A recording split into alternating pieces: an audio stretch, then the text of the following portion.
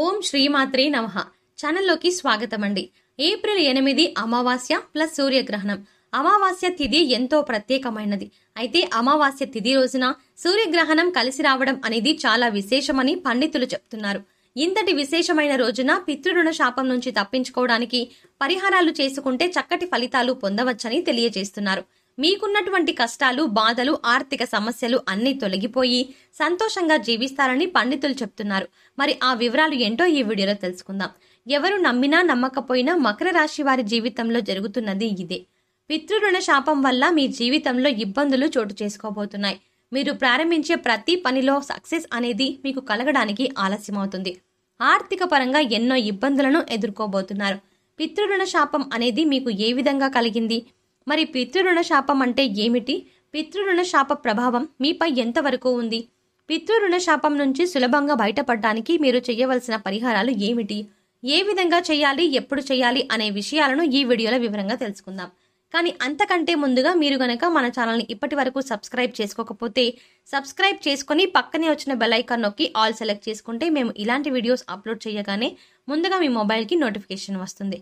ఇక వివరాల్లోకి వెళ్తే మకర రాశికి చెందిన పురుషులు దృఢ సంకల్పంతో కార్యాచరణ శక్తి కలిగి ఉంటారు. అనుకున్నది సాధించే వరకు నిద్రపోని మనస్తత్వం కలవారై ఉంటారు. మీరు అందరినీ కూడా ప్రేమించే మనస్తత్వం కలిగి, అందాన్ని ఆరాధించే హృదయం కలిగి, సంగీతాన్ని ఆస్వాదిస్తారు. మకర రాశి వారు ఏ స్థాయిలో ఇతరులను ప్రేమిస్తున్నారో అదే స్థాయిలో ఎదుటి వ్యక్తి నుంచి ప్రేమను ఆశిస్తారు. ఈ గుణం వల్ల మీరు ఫలితాల కోసం ఎంతకాలమైనా ఎదురు చూస్తారు. ఎలాంటి చికాకులకైనా ఎదుర్కొంటారు. మకర రాశి వారిని కష్టాలు భయపెట్టినా కిందకు పడతోయవు. అదృష్టానికి దగ్గరగా జీవితం నడుస్తుంది. విలాసవంతమైన జీవితము గడుపుతారు. ప్రారంభ జీవితానికి తరువాత జీవితానికి సంబంధం ఉండదు.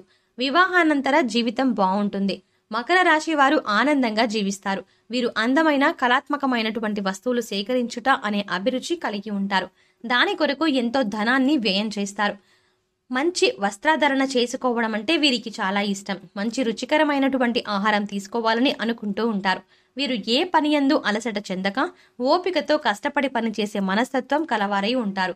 సాధారణంగా మకర రాశి వారు సహనము ఎప్పటికీ కోల్పోరు. మకర రాశి వారికి కోపము ఎంతో త్వరగా వస్తుంది. అలాగే వచ్చిన కోపము తగ్గడం కూడా చాలా కష్టం. మకర రాశి వారు దృఢమైనటువంటి నిర్ణయాలను తీసుకుంటారు. దానివల్ల మొండితనం పెరిగి నష్టం చేకూరుతుంది. కాబట్టి వీరు మొండి పట్టుదలను విడవాలి. మకర రాశి వారు ప్రేమకు లొంగిపోతారు. మకర రాశికి చెందిన స్త్రీల విషయానికి వస్తే దృఢ సంకల్పంతో అపూర్వమైన శక్తియుక్తులను, ఆమోదయోగ్యమైన గుణగణాలు కలిగి ఉంటారు. అనుకున్న పనిని సాధించే వరకు తమ ప్రయత్నాలను కొనసాగిస్తూనే ఉంటారు. సంగీతం, సౌందర్యాలంటే మకర రాశి స్త్రీలకు అత్యంత ప్రీతిపాత్రం. మొండితనం, స్థిరమైన స్వభావాలు వీరిలో ప్రస్ఫుటంగా కనిపిస్తాయి.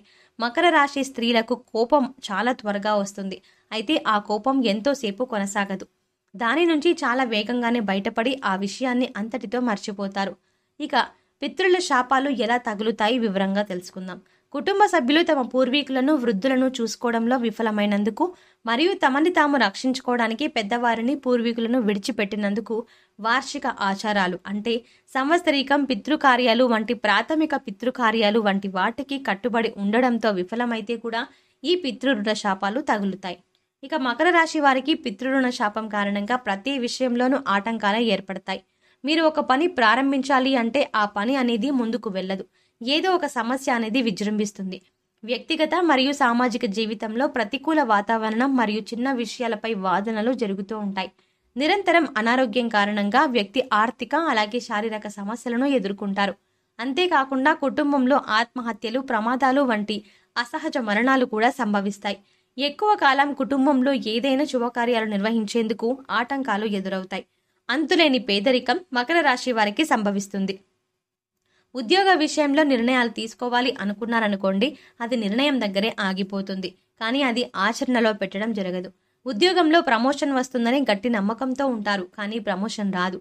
మీకు అప్పగించిన పని, ఆ పనిని మీరు ఎంతో శ్రద్ధగా సక్రమంగా చేసినా శ్రమకు తగ్గ ఫలితం రాదు.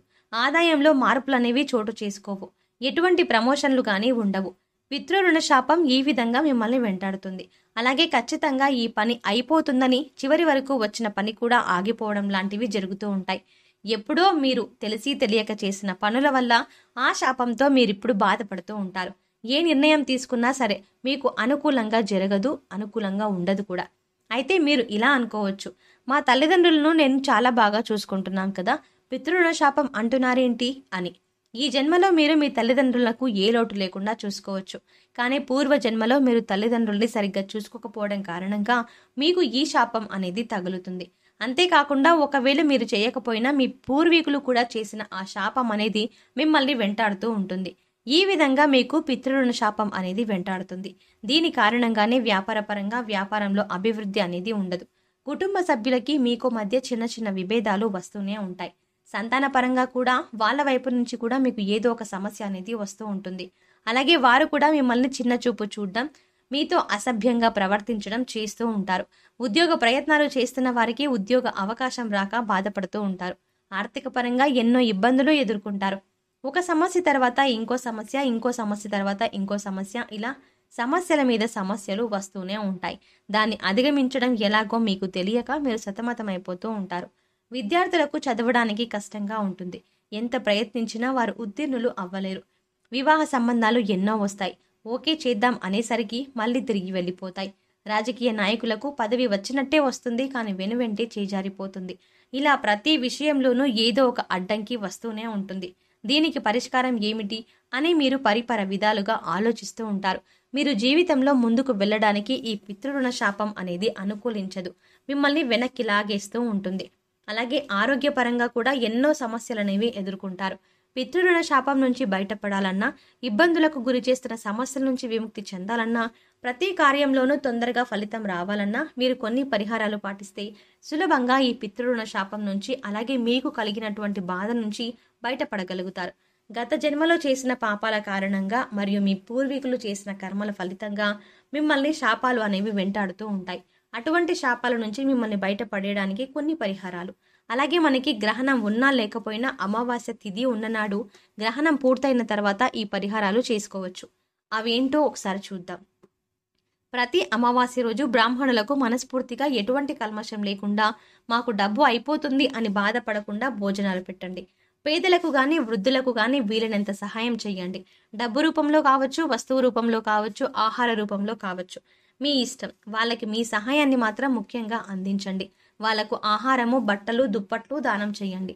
అలాగే మర్రి చెట్టుకు క్రమం తప్పకుండా నీరును పోయండి. మర్రి చెట్టు ఎక్కడున్నా సరే, మీ సమీపంలో ఉన్నా సరే, మీకు దూరంగా ఉన్నా సరే, ఎక్కడున్నా సరే అక్కడికి ప్రతిరోజు వెళ్ళి మర్రి చెట్టుకు నీళ్లు పోయండి. అంతేకాకుండా పక్షులు కానీ, జంతువులకు కానీ, ఆవులకు కానీ, కుక్కలకు కానీ ఆహారాన్ని కానీ, పాలు కానీ ఇవ్వండి.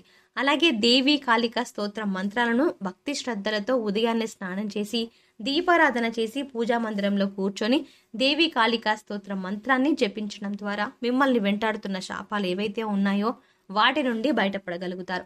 అలాగే రోజు ఉదయాన్నే సూర్యునికి నీటిలో నువ్వులను కలిపి ఆ నీళ్లను సూర్య భగవానునికి సమర్పిస్తూ గాయత్రి మంత్రాన్ని భక్తి శ్రద్ధలతో చదవండి. ఇలా చేయడం వల్ల మీరు పితృరుణ శాపం నుంచి బయటపడగలుగుతారు. సో చూశారు కదండి, పితృరుణ శాపం అంటే ఏంటి, దానివల్ల కలిగే ఇబ్బందులు ఏంటి. అలాగే ఏప్రిల్ 8 అమావాస్య ప్లస్ సూర్యగ్రహణం రోజున మకర రాశి వారు ఎటువంటి పరిహారాలు చేసుకోవడం వల్ల పితృరుణ శాపం నుంచి విముక్తి పొందుతారు అనే అంశాలను ఈ వీడియోలో మనం వివరంగా తెలుసుకున్నాం కదా. ఈ వీడియో మీకు నచ్చినట్టయితే లైక్ చేసి మీ ఫ్రెండ్స్ అండ్ ఫ్యామిలీ మెంబర్స్లో మకర రాశి వారు ఎవరైనా ఉంటే వారితో మర్చిపోకుండా ఈ వీడియోని షేర్ చేసుకోండి. అలాగే ఇప్పటి వరకు మన ఛానల్ని సబ్స్క్రైబ్ చేసుకోకపోతే సబ్స్క్రైబ్ చేసుకొని పక్కనే వచ్చిన బెల్ ఐకాన్ని నొక్కి ఆల్ సెలెక్ట్ చేసుకుంటే ఇలాంటి వీడియోస్ మేము అప్లోడ్ చేయగానే ముందుగా మీకు నోటిఫికేషన్ వస్తుంది. మరో చక్కటి వీడియోతో మళ్ళీ కలుద్దామండి. ఓం శ్రీమాత్రే నమః.